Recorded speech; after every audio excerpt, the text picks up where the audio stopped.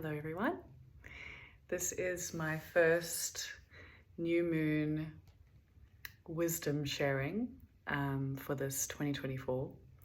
Part of my 2024 vision and commitment is to consistency and to creating more of a structure in how I share my work, in how I do my service. And you will notice if you do follow me that a big commitment is to my long form writing, my storytelling, as I prepare for my book and my screenplay that I'm working on.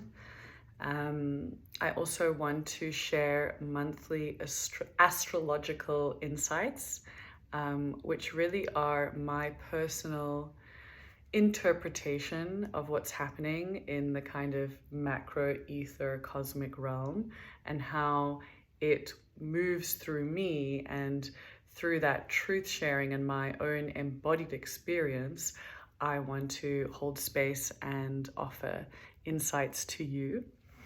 I used to do these in a new moon circle, which I will be doing in person with my witches as a practice of us gaining more accountability and community in person, another commitment for me this year.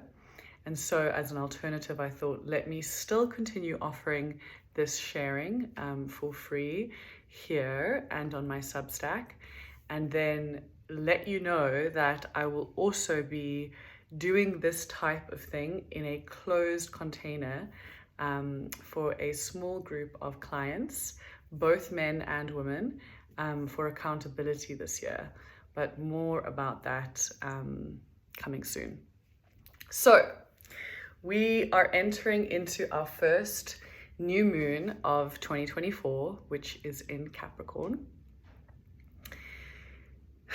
Based on what I know from people, friends online, 2023 was a really rough one. It was trying. It was a lot of death. There is a energy of Pluto, Lord of the underworld, that's been coming in and out of our field. And actually Pluto is in Capricorn, which essentially means that we are being forced to witness the truth that nothing lasts forever, that death is inevitable, that change is inevitable. Like in Vipassana, anicca, the only constant is that it's going to change. And in some way, I feel so many of us have experienced so many deaths, so much change, actual physical death of this human body, death in relationships. With the Venus retrograde last year, it was like so many friends, so many clients were ending relationships, ending marriages. I personally also went through a breakup, which was and has been extremely challenging to trust that one can love somebody so deeply and also know when our particular journey has completed itself. And I wanted to share this especially for those who are ending things that are very challenging, that may not make sense to the outside world or in your mind, but we're really being asked to listen deeply to our intuition and to what actually feels stable. Because Capricorn is an earth sign. It is about what is my structure, my foundation, and is that foundation at a strong and stable place. And without that structure, without that solidification of our integrity, our structural integrity, our literal basis, financial, personal, our nervous systems, if we don't actually have that in place, nothing can really grow from there, or at least nothing that will last, truly last. And so for myself, I realized that I wasn't quite ready personally with my own structural integrity to make commitments to business partners, to relational partners, to work commitments, because I hadn't quite figured out what was true for me. And so part of that is also realizing that if you, like me, are a recovering people pleaser or appeaser, which essentially means that you go about your life feeling so deeply other people's emotions, like your sensitivity and empathy is so heightened that you almost go into the experience of another and therefore like morph yourself or chameleon yourself around what they want, and you can feel that they need, instead of actually being okay to say no or to honor your emotions first and foremost and allow them to feel what they need to feel. And this is a deep one, because if you are a healer or you work in the space of being of service, it's quite natural for you to have these gifts. And yet, our deepest work is to honor ourselves first and foremost, and to really learn what our most integrous, divine soul path is. And as I said, we only really find that when we're able to cut out the things and say no to the things that don't really flow in that true north, that true direction. And so for me personally, I've had to take responsibility for where I've actually unconsciously and sometimes unknowingly hurt others by overcommitting without it being a true yes. And I think that's something that, I'm sure many people have also experienced. And the courage to tell the truth and the courage to, change course if you need to and you really feel that intuitive guidance. And equally, I've noticed, and I really, really feel this, we create our reality, and we will also see our reality shift when we come into integrity. There's no longer a fight when the truth is said, because when we approach something in truth, naturally the other will respond with a sense of peace, because everybody wants to be operating truly from a place of integrity. Nobody wants to be in something that the other doesn't want to really be in. That's kind of like a lot of death and rebirth, because the new moon energy obviously is about setting intentions for what is to come. This particular new moon, with its Pluto kind of energy, is requiring us to look back, because we need to actually pay homage to what was, to what 2023 was, to what the past was, in order to make the correct kind of yeses. So I would encourage you, as I've done over the last few weeks, to really go back through your year. Like I went through month to month. I write down in my journal. Journaling is possibly the most incredible practice for self-awareness, because you get to reflect, and morning pages, whatever you want to call it. Having access to what I was thinking in April last year during my birthday and during the eclipses, having access to how I felt last year around this time, the same kind of feeling about what needed to change, what needed to end, allows me the confidence to know that I've actually been brewing on these decisions for months now. And so I get this kind of confirmation. So I would encourage you to go back, look at April, look at last year, look at these specific moments where you may have written down things that weren't working, things that you really wanted, and see if you can now, in the present moment, with your setting of intentions, really set them from a place of knowingness and a place of context for what was.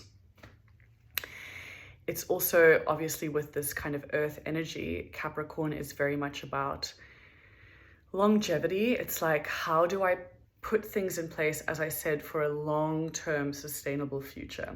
And so let this time and let your intentions really be around foundational practices that can actually serve you in the long run. And what that kind of looks like for me personally is discipline, and discipline daily, because the things that change us in the long term are the little shifts, the little micro habits. How we think, how we wake up, I wake up every morning and I place my hand on my heart and my belly and I feel, what is the feeling inside of myself? You know, how's my body doing? How's my heart doing? How does my stomach feel? You know, what are the emotions? Do I feel energized to go and work out? You know, do I feel ready to see people, or is it an internal day? I always do a morning practice, morning pages, essential. How you start your day will set you up for the rest of the day. I love Kundalini yoga because I've got a lot of fire. I need to move energy. I need to breathe.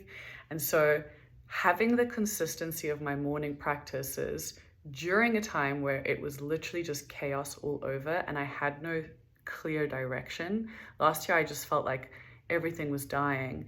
I didn't feel called to offer courses or do too much external sharing and service because I was in a time of alchemy. So another thing that I really want to share is, if you don't have a true calling to do something or to create something, trust that. Trust that it's okay to sometimes be in a space of alchemy, a space of, you know, really receiving the downloads and getting to the, to the real, like, true creative flow, which comes from an inspired place. And then the result is magnetic. It's not like I'm forcing you to buy something, or I'm forcing out this piece of writing or this song or whatever it is that you create. Let it really be from a place of fullness. And so by having a morning practice, at least that's something that I can stick to, that I have consistency in, because structurally the body and the soul and the creativity does want some form of a routine. It's like the masculine and the feminine. With the routines in the morning, my feminine then gets to kind of flow. She feels safe. She knows that she has this check-in. So daily routines are key. One of the other things to think about during this new moon is the shadow side of Capricorn, because I obviously love the shadow. The shadow is where we find gold. The shadow is how we grow. And I will share more on this during these months, but particularly the shadow of Capricorn is the part of us that is quite unforgiving and overly strict, or even it's like holding onto something too tightly, holding onto your beliefs too tightly, or your values too tightly, or your pride too tightly. So where in your endings can you loosen the grip and be a bit more empathetic and maybe hopeful or trusting that everything is unfolding exactly as it needs to, and that really I can trust that what is good for them is good for them, and what is good for me is good for me. And that's actually a teaching that, my ex has been sharing with me, because we are still friends and we still remain in contact and we still learn. And I just wish that for everybody, as they go through painful, grieving endings, to trust that something is necessary on the other side for both parties, when there's a space of absolute honesty and love, like unconditional love. Sometimes the most loving thing is to set somebody free, and it may not make sense, but it will come round and make sense one day. And we just have to really trust ourselves, trust our bodies. Another shadow of Capricorn is tending to kind of look for what's wrong, like a bit of a pessimistic side to ourselves. And we all have these energies. So whether you're Capricorn or not, this new moon, this period, is going to bring up that particular area of society, of the macro. And so notice if you're, just having an outlook that's like waiting for doom, you know, waiting for like what could go wrong. Of course, there's going to be chaos. Of course, there's horrible trauma in the world. But our thoughts and our perception of it is what either creates it and helps it to magnify, or allows for a frequency and collective consciousness of hope, of possibility, of potential. And so every time you catch yourself going down the doom and gloom route, which society, news, social media often likes to perpetuate, because we have a tendency towards that, redirect to what could be the possible best outcome from this. What is the lesson here? How do I actually see this as medicine and possibility?